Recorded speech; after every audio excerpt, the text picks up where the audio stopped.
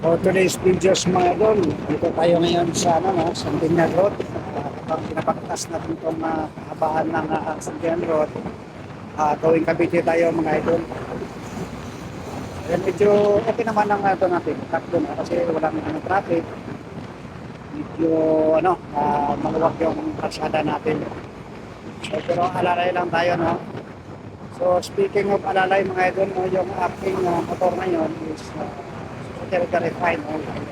Karaniwan natin makamit sa araw-araw nating biyahe. So may napansin ako mga idol sa aking service ngayon. Simula nung bago yung sprocket ko, no? Ito Bago yung naman yung sprocket ko kasada pero dito. hindi bago. Bagong bigay Nako, sa akin kinamkas ngayon. na naman. Kasama ko rin na may Super Refine. So nag-upgrade na siya sa kanyang Suzuki. So yung kanyang sprocket ngayon binigay sa akin. So yung number ng sprocket niya is 40 to 14. No?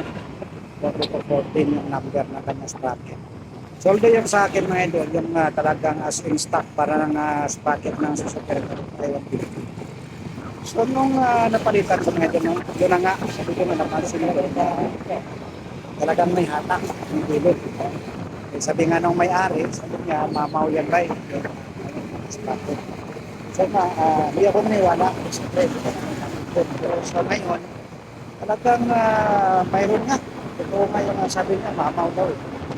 So ito, ngayon, subukan natin dito, no? So pero hindi din ako mga ito, kasi alam niya kung bakit. Hirap na. Hindi naman tayo makipagkarirahan. Sa mga rider, no? Hindi tayo magkakarirahan lang. Ano lang tayo.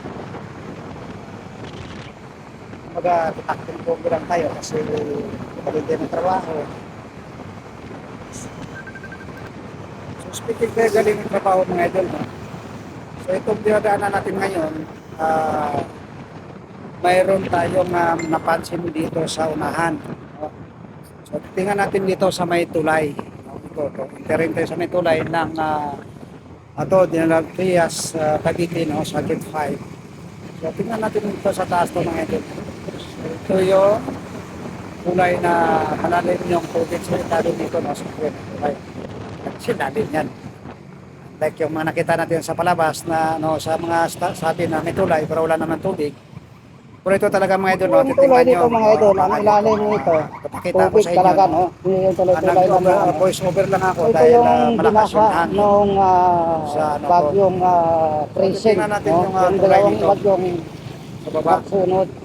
Tingnan nyo isang So, sasakyan nito mga idol. Hindi ko alam kaya kung pumunta nahulog natin sa to baba, yan, o puno-puno ng paano tubig. nangyari Ito dito yan, kasi nakawan nakita ko talaga na mga idol. tumambad sa aking Hanggang paningin. doon sa may gate Ito. ng, Yung no, pulang gate 5 ng sasakyan niya sa bandang Don kaliwa Trias. o kanan sa baba. Daming Lalim ng sa tulay. So pakita ko sa inyo. Ayan yan. So yan mga idol.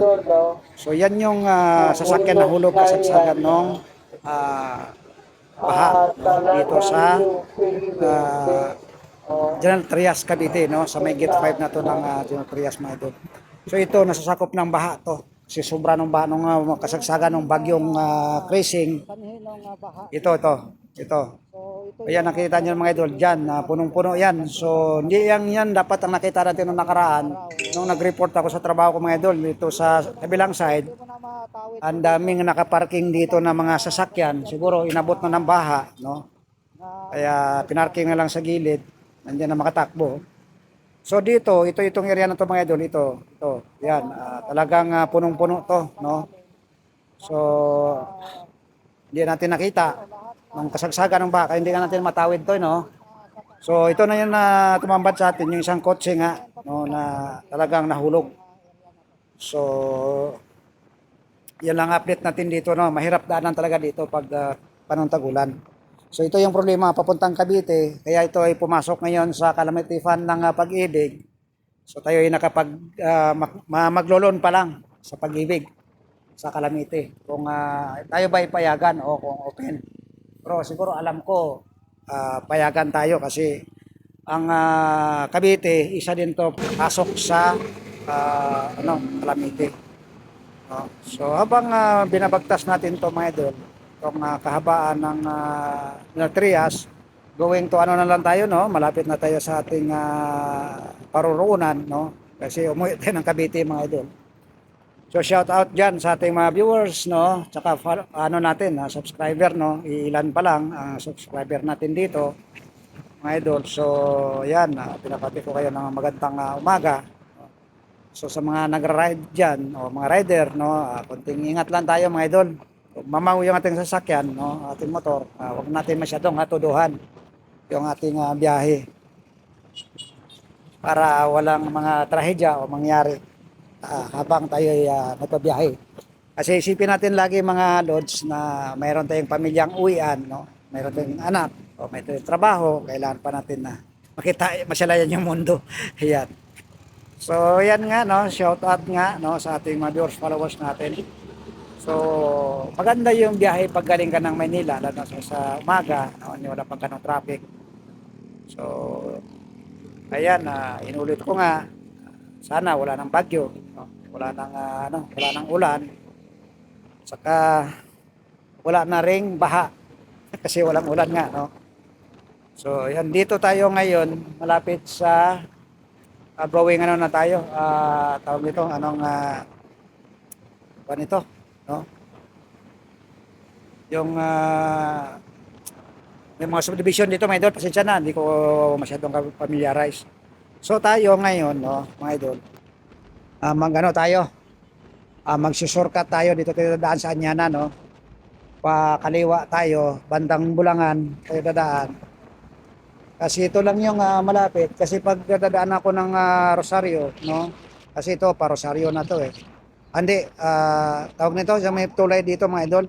So comment na lang, nakalimutan ko yung dalawang tulay dito sa may papunta ng Tansa na.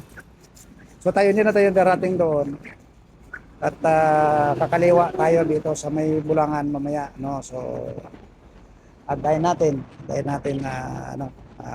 kakaliwa tayo. So buti nga ngayon, pag-uwi natin umaga, mga idol, wala namang ulan. Ganda naman din yung panahon. Kasi umaga pa. Unlike nung mga unang nakaraang gabi pala o nakaraang umaga, umaga pa lang, no? Wala nang tigil yung ulan. So ito, pasalamat tayo sa kay Lord. Maganda yung panahon. So malapit na tayo dito sa ating ating kaliwaan, no? So habang papunta to ng straighten mo na to, Wendell. Papunta ka ng Pure Gold ng Tansa. So sa atin, hindi na tayo aabot doon. O itong kotse na tong dilaw, yan, kakaliwa tayo dito, yan. Yan, dito tayo kakaliwa. Ito, ang tagos nito, mga idol, Bulangan na yan. Bulangan ng tagos niyan. So pagdating natin sa Bulangan ng Tansa, no? So yung likod niyan ay pakanan tayo uli. So pakanan tayo uli. Kasi dati hindi ko rin kabisado ito dito noon nung bago pa ako sa Cavite.